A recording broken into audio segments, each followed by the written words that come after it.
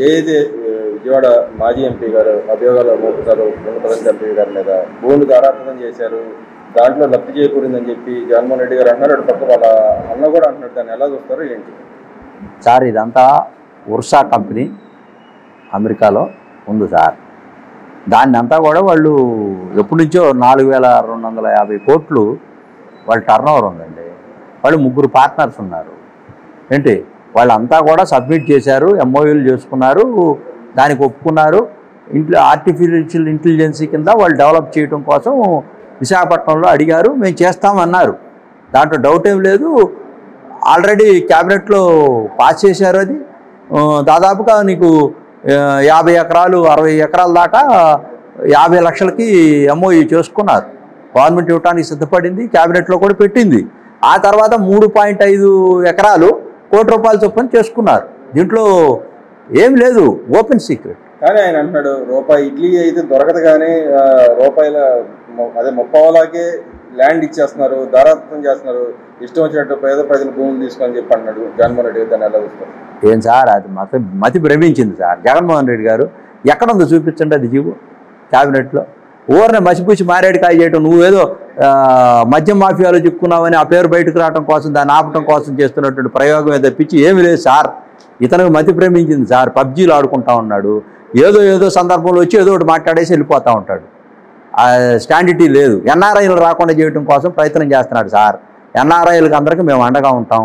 మా చిన్ని గారు చాలా నిన్న భరోసా ఇచ్చారు, చాలా శృతిమెత్తనగా ఆన్సర్ చెప్పాడు, తిప్పికొట్టాడు. ఎన్ఆర్ఐలను హక్కును చేర్చుకుంటాము, అందరు రావాలా, ఈ అభియోగాలు చూసి మీరు వెనకపోవద్దు. కానీ ఇక్కడ వైజాగ్ డెవలప్మెంట్ నా టైంలో అయింది. వైజాగ్లో రాజధాని పెట్టాలని అప్పట్లో గొప్పలు పెట్టాడు. ఇప్పుడు రాజధానిలో మేము చేసిన అభివృద్ధి ఇంకా ఇక్కడ అమరావతి పనికిరాదు, అమరావతి అసలు ఏమి లేదు, అంతా రాజధాని వైజాగ్ రావాలని అన్నాడు. కానీ ఇప్పుడు ఏదైనా కల్పిస్తే అన్నా ఇవన్నీ అబద్ధాలు, వాళ్ళు చేసేవన్నీ మోసాలు, ఎంఓయూలు చేసుకుంటారు, మోసాలు చేస్తా ఉన్నా అని చెప్పి మాట్లాడుతున్నారు. దీన్ని ఎలా చూడుతుంటారు? రెండు వేరే సారు. అసలు అతనికి అవగాహన లేనటువంటి వ్యక్తి. అతను ఋషికొండకి గుండు కొట్టాడు ఏంటి, 500-1000 కోట్ల దాకా ఖర్చు పెట్టాడు, ప్యాలెస్ కట్టాడు. అతని ఆలోచన ఏంది సార్? ప్రజల సొమ్ము అక్కడ పెట్టాడు, ఆ మెయింటెనెన్స్కి డబ్బులు కట్టలేని పరిస్థితిలో ఉంది. అంటే ఇటువంటి చౌకబారు అభివృద్ధి కార్యక్రమాలు చేస్తూ ఉంటాడు. అవన్నీ నేను చేసిన అభివృద్ధి అనుకుంటా ఉంటాడు. ఇప్పుడు ఎంఓయూలన్నీ పక్కా చేసుకుంటున్నారు సార్. 7 లక్షల కోట్లు వచ్చినాయి సార్ పెట్టుబడులు. ఎక్కడ మేము కేంద్ర ప్రభుత్వం నుంచి ఎక్కడ అప్పులు తీసుకురావట్లేదు. మేము ఏం చేస్తున్నామంటే గ్రాంట్ తీసుకొస్తా ఉన్నాం పైనుంచి, రీపే కాదు. ఇక్కడ ఇన్సైడ్ ట్రేడింగ్ చేస్తున్నాము, ఈజ్ డూయింగ్ బిజినెస్. మేము అవంతా 29 గ్రామాలు రాజధానిని పెట్టి అక్కడ జరిగేటువంటి అభివృద్ధినే మేము పణంగా పెట్టి రాబడతా ఉన్నాం. ఫైనాన్స్ మొత్తం రాబడుతున్నాం, అక్కడ అభివృద్ధి జరుగుతూ ఉంది. దీన్ని తప్పుదారి పట్టించడం కోసం చేస్తున్నాడు. విశాఖపట్నం అనేది అసలు బై న్యాచురల్లే అది ఆర్థిక హబ్బు. అది ఇప్పుడు కాదు, నాట్ నౌ. జగన్మోహన్ రెడ్డి అసలు పుట్టక ముందు నుంచే విశాఖపట్నం అనేది ఒక కాస్మోపాలిటన్ సిటీ. అతను తెలుసో తెలియదో, ఇతనే నిర్మించాల. హైదరాబాద్ని చంద్రబాబు గారు నిర్మించారు, అది అందరికీ తెలుసు. ఐటీ హబ్ అంతా కూడా 5,000 ఎకరాల్లో శంషాబాదు ఎయిర్పోర్టు అప్పుడు హేళన చేశారు. ఏది ఒక పక్క బేగంపేటలో ఉంది, ఈ శంషాబాద్ ఎందుకని హేళన చేసిన వాళ్ళే ఈ రోజున షబాష్ అంటున్నారు. ఏంది విజనరీ అంటే అది. అందువల్ల ఇక్కడ జరిగేటువంటి అభివృద్ధి అంతా కూడా అడ్డుకోవటం కోసం అతను చేయలేదు కాబట్టి, అతను స్టాండ్ కరెక్ట్ కాదు కాబట్టి మసిపూసి మారేడుకాయ చేస్తున్నాడు. అంటే ఇక్కడ ఇంకో మాట కూడా అంటున్నాడు, ఏదైతే టెండర్లు పిలవకుండా దారాదత్తం చేస్తున్నాడు కదా అని చెప్పి అంటున్నాడు. టెండర్లు ఆల్రెడీ అప్రూవ్ అయిపోయినాయి, డిపిఆర్లు తయారైనాయి. 36 కోట్ల రూపాయలు, 36,000 కోట్ల రూపాయలకి పనులు రేపు శంకుస్థాపన శరవేగంగా ప్రధానమంత్రి చేతుల మీద చేస్తున్నారు. 65,000 కోట్లు అలాట్ చేశారు. కొన్ని లక్షల కోట్ల రూపాయలు టీసీఎస్ కంపెనీ కానీ, లుల్లు కంపెనీ కానీ, వీళ్ళందరూ కూడా విశాఖపట్నంలో కానీ, రాజధాని ప్రాంతంలో కానీ, కొన్ని హోటల్స్ కానీ, పెద్ద ఇన్స్టిట్యూషన్స్ కానీ వీళ్ళందరూ పెట్టడం కోసం 7 లక్షల కోట్ల రూపాయలు ఈ రోజులు ఎంఓయూ అయ్యి ఉన్నాయండి. ఇదే నగ్న సత్యం, అందరికీ తెలిసినటువంటి అంశం. చంద్రబాబు నాయుడు గారు చాలా పారదర్శకంగా ఉంటారు, లోకేష్ గారు అందరూ కలిసి ఎంఓయూలు చేస్తూ ఉన్నారు. చాలా శరవేగంగా అభివృద్ధి జరుగుతుంది. దీంట్లో కేశినేని శివరాజ్ చిన్ని గారు అసలు సంబంధం లేనటువంటి కంపెనీతో తను సంబంధం ఉందని చెప్పారు. ఇది నేను గూగుల్లో చూడమనండి, ఐడి నెంబర్ కూడా వచ్చింది. ఇది 2018లో ఎస్టాబ్లిష్ అయినటువంటి కంపెనీ అండి, ఉర్సా. ఎంపీ గారు 2024లో ఎంపీ అయ్యారండి. అసలు నోవే కనెక్టెడ్, అతను దాంట్లో మెంబరే కాదు. రమ్మానండి, డిఫామేషన్ సృష్టిస్తాం, తప్పకుండా దానికి ఆన్సర్ చెప్పమానండి. ఎక్కడ ఆర్టీఐలో తీసుకురమ్మానండి, ఎక్కడ ఉందేమో. అంటే ఎంపీ గారు నిన్న కరోనా కేసు వేస్తాడు అన్న మీద పంపించాం కదా ఆల్రెడీ. నేను కేసు పెట్టాను, నేను స్ట్రైట్గా నేనే కేసు పెట్టాను సార్. ఎంపీ గారు కూడా పెడతారు, అంటే ప్రజలే పెడుతున్నారు, అన్ని నియోజకవర్గాల్లో పెడుతున్నారు. ఇప్పుడు నేను తూర్పులో నేను పెట్టాను, మాచవరం స్టేషన్లో ఏంటి, తర్వాత తిరువూరులో పెట్టాం, పశ్చిమంలో పెట్టాం. అంటే పెట్టామంటే మేం కాదు, కార్యకర్తలు పెడతా ఉన్నారు, తిరువూరులో పెట్టారు. దట్ సెన్స్ మా ప్రజలందరూ కూడా రియాక్ట్ అయ్యారు. మనం చూశారు కదా, అసలు 3 రోజులు ఊపిరాడలేదు. కావాలని బురద తల్లి ఏంటి, అతను ఈ మధ్య కాలగర్భంలో కలిసిపోయాడు రాజకీయాల్లో. ప్రాపకం కోసం తప్పైనా ఒప్పైనా పుష్ప సినిమా అంటారులేండి, వార్తల్లో ఉండాలని చెప్పి వైల్డ్ ఫైర్ అని చెప్పి, పుష్ప అంటే ఫ్లవర్ కాదు నేను ఫైర్ అని చెప్పుకోవటం కోసం సినిమా డ్రామాటిక్ శాస్త్రాలన్నీ చేస్తా ఉన్నాడు వార్తల్లో ఉండటం కోసం. మరి ఆ విషయాన్ని వదిలేయచ్చు కదా మీరు, ప్రతిదానికి ఎందుకు అంత అన్ని రోజులు పెట్టాలనేది ఒక ఇది వస్తుంది సార్. అతను మేము పెట్టిన రోజు ఆపేస్తే పోయేది కదా, రెండోసారి మళ్ళీ ట్విస్ట్ చేశాడు కదా. మళ్ళా చార్లెస్ శోభరాజు ఎన్టీఆర్ భవన్కు పెట్టమంటున్నాడండి. అది అంతా అంటే నువ్వు పరకాయ ప్రవేశం చేసావా? ఎప్పుడు చూసినా చార్లెస్ శోభరాజు అంటావు, ఇది నువ్వు చార్లెస్ శోభరాజువా? ఏమండి, నేను చాలా రహస్యాలు ఉన్నాయని చెప్తే బహిర్గతం చేస్తే అతని క్యారెక్టర్ అసాసినేషన్ జరుగుద్ది.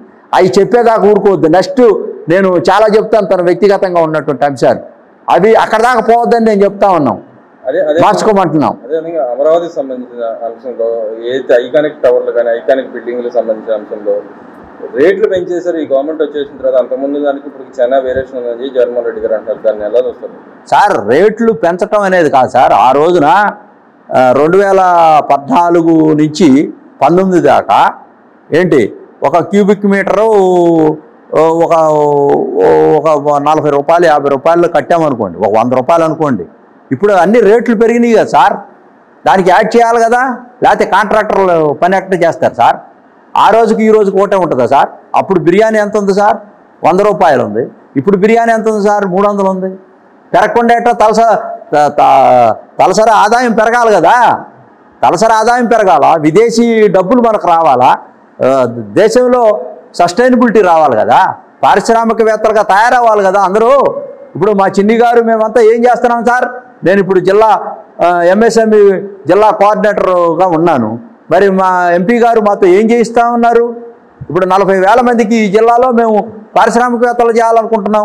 ఇది ఒక చరిత్ర, ఒక చారిత్రాత్మకమైన అంశం. ఇప్పుడు ఎన్ని తీసుకొచ్చాం? 25,000 కోట్ల రూపాయలతో ఔటర్ రింగ్ రోడ్డు తీసుకొచ్చాం. ఏమండి, ఔటర్ రింగ్ రోడ్డు శరవేగంగా జరుగుతూ ఉంది. రేపు ప్రధానమంత్రి గారు వచ్చినప్పుడు కృష్ణా బ్యారేజ్ మీద నుంచి మన హాయిలాండ్ దాకా మేము ఓపెన్ చేయబోతా ఉన్నాం, వదిలిపోతా ఉన్నాం. మొత్తం ఇదంతా కూడా బ్రహ్మాండమైనటువంటి ఔటర్ రింగ్ రోడ్డు తీసుకొచ్చాం. వెస్ట్ బైపాస్ వస్తూ ఉంది, ఆల్రెడీ ఈస్ట్ బైపాస్ అయిపోయింది, సౌత్. ఏమంటే ఇవన్నీ కనెక్ట్ చేస్తూ ఉన్నాం. ఇవన్నీ కూడా దాదాపుగా 25,000 30,000 కోట్ల రూపాయలు పనులు జరుగుతూ ఉన్నాయి. అదేవిధంగా మేము మెట్రో ట్రైన్ తీసుకొస్తా ఉన్నాం, మెట్రో ట్రాక్ డిపిఆర్ ఆల్రెడీ తయారవుతూ ఉన్నాయి. మేము ఇక్కడ గవర్నమెంట్ హాస్పిటల్ దగ్గర నుంచి నిర్మాణం దాకా ఫ్లైఓవర్ కమ్ మెట్రో బ్రిడ్జిలు కూడా అయిపోవటానికి డిపిఆర్లను కూడా తయారవుతుంది. శరవేగంగా అడుగులు ముందుకేస్తూ ఉన్నాం. అదివరకు నువ్వేం చేసావు? అసలు ఇక్కడ ఒక సింగిల్ జగన్మోహన్ రెడ్డి గారు ఆ 2వ బ్రిడ్జి అసలు ప్లానింగ్ లేకుండా అక్కడ సగంలో ఆపేసి నోవాటెల్ దగ్గర పెట్టడం వల్ల అసలు ఏమన్నా పర్పస్ సర్వ్ అయిందా? అదివరకు నేను తెచ్చానని చెప్తాడు ఎవరో నానిగారు. అసలు దానివల్ల పర్పస్ సర్వ్ అయిందంటే 5 నిమిషాలకు ఒక వెహికల్ కూడా వెళ్ళట్లేదు. పైన దానివల్ల అసలు పర్పసే కిందంతా అట్టనే ఉంది, లోడ్ అంతా. అసలు బ్రెయిన్లు ఉన్నాయా వీళ్ళందరికీ?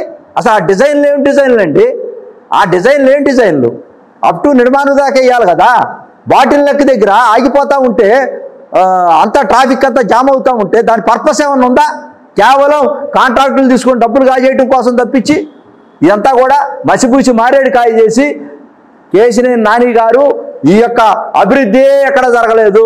10 సంవత్సరాలు తెలుగుదేశం పార్టీని అడ్డం పెట్టుకొని ఏంటి కోటాను కోట్ల రూపాయలు గడించి ఎంజాయ్ చేసినటువంటి వ్యక్తి ప్రజారాజ్యంలో చేరి అసలు అతను వైఖరి లేకుండా పార్టీలు అతను ఇష్టం వచ్చినట్టు మారుతూ వ్యక్తిత్వం లేకుండా అతని రాజకీయ జీవితంలో తన కూతురు యొక్క భవిష్యత్తును కూడా తాకట్టు పెట్టేసి ఏమి కానియకుండా రిజైన్ చేయించి వైఎస్ఆర్సీపీలోకి పోయి తగునమ్మా అని ఆ పార్టీలో చేరి నిండా మునిగిపోయాడు కృష్ణానదిలో. ఈ విధంగా దారుణమైనటువంటి పదజాలంతో నువ్వు మాట్లాడుతూ ఉంటే చూస్తా ఊరుకోం. మా ఎంపీ గారి మీద కనుక బురద చల్లితే, చంద్రబాబు నాయుడు గారి మీద బురద చల్లితే, లోకేష్ గారి మీద బురద చల్లితే, ప్రభుత్వం తీసుకున్న కేబినెట్ నిర్ణయాల మీద కనుక బురద చల్లితే మేము చట్టపరంగా ఏవైతే చర్యలు తీసుకోవాలో అవన్నీ తీసుకుంటాం. తప్పకుండా మిమ్మల్ని చట్టం తన పని తాను చేసుకొని పోద్ది. మిమ్మల్ని ఎవరైతే ప్రజలు 10 సంవత్సరాలు బ్రహ్మరథం పట్టారో ఇప్పుడు చీత్కరిస్తున్నారు. అదేవిధంగా పేర్లేని నాన్నగారు నిన్న మాట్లాడతా పెద్ద బిల్డప్ బాబు చిన్న బిల్డప్ బాబు ఇద్దరు వచ్చారు, వాళ్ళ వల్ల ఉపయోగం లేదు, ఏం చేయలేరు అని చెప్పి మాట్లాడుతున్నారు. ఎలా చూసుకున్నారు? అసలు అది నోరా కుప్ప తొట్టా? ఆయన ఏంది సార్ మాట్లాడేది? సొల్లు కబుర్లు చెప్తాడు పేరునేని నాని. వాళ్ళ కొడుకుని గెలిపించుకోలేకపోయాడు. మరొక ఏది కొడాలి నానిలాగా తయారయ్యాడు. ఏదో నోరాది అది అసలు మనం చెప్పలేము సార్. తాటిమట్ట అది, నాలిక తాటిమట్ట. ఏది పడితే అది మాట్లాడతాడు, ఏది పడితే అది మాట్లాడతాడు ప్రశ్నల్లో. ఇప్పుడు చిన్నబాబు పెద్దబాబు డంబాచారాలు కొడుతున్నారా? వాళ్ళు కొట్టి ప్రజల ఆగ్రహానికి గురైపోయి పతనం అయిపోయి జెండా కూడా లేకుండా పీక్కొని పోయే పరిస్థితికి వచ్చారా? ఈరోజు చూడండి, వాళ్ళు చేసినటువంటి తప్పులు మొత్తం బయటకు వస్తున్నాయి. ఎంతమంది కార్యకర్తలు అన్యాయం అయిపోయారు వైఎస్ఆర్సీపీలో, ఎంతమంది నాయకులు జైలుకి వెళ్ళిపోతున్నారు చూడండి. ఎంత అవినీతి లక్షల కోట్ల రూపాయలు దోచేశారండి డిస్టిలరీలను పెట్టుకొని. ఈ రోజున అందరూ అరెస్టులు అయిపోతా ఉన్నారు. ఆఫీసర్లు లేదు, ఇంకోళ్ళు లేదు, సామాన్యులు లేదు, కార్యకర్తలు లేరు, బ్రోకర్లు లేరు. మొత్తం ఎవరైతే 65 మందిని ఎవరు పెట్టుకున్నాడండి? అందరూ సలహాదారులను పెట్టుకున్నాడు. ఆ సలహాదారులు అందరూ సలహాలు ఇచ్చేది ఏంటండి? ఎట్టా అవినీతి చేయాలా అన్ని శాఖల్లో అని ఇచ్చి 350 కోట్ల రూపాయలు ఆ సలహాదారులకి జీతభత్యాలు ఇచ్చాడండి. ఒక్క సజ్జల రామకృష్ణారెడ్డికే 150 కోట్ల రూపాయలు ఎందుకు ఖర్చు పెట్టారు చెప్పండి? దీన్ని జైల్లో వేయాలా, లేకపోతే కేసు పెట్టాలా, చట్టం తన పని తాను చేసుకుని వెళ్ళాలా, లేకపోతే వాళ్ళని వదిలేయాలా?